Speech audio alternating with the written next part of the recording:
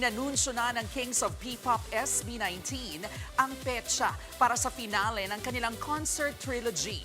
Kung kailan yan, alamin po natin sa Frontline Report ni News 5 Entertainment Correspondent Bon Belinario.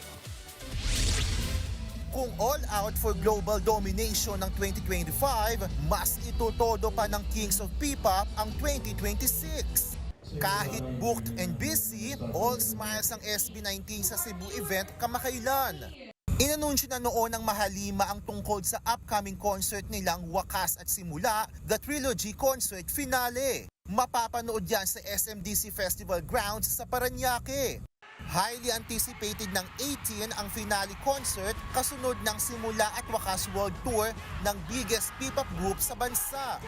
Gaya nga ng tagline ng concert na daming sakuna, di ko ininda, andito na tayo sa wakas, highlight daw dyan ang tatag ng samahan ng grupo. Kasi po sa akin yung journey namin, nung start kami as an artist, talagang hindi madala yung struggle sa amin, yung pinagdaanan na namin. But still, nag-stay kami sa matibay. Ang leader na si Pablo, nag-reminisce pa sa layo na narating nila sa industriya. 7 years na po yung grupo namin.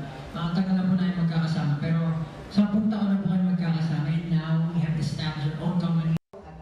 Sa pagsisimula ng 8th year ng SB19, asahan pa raw ang mga pasabog nila bilang Kings of P-Pop.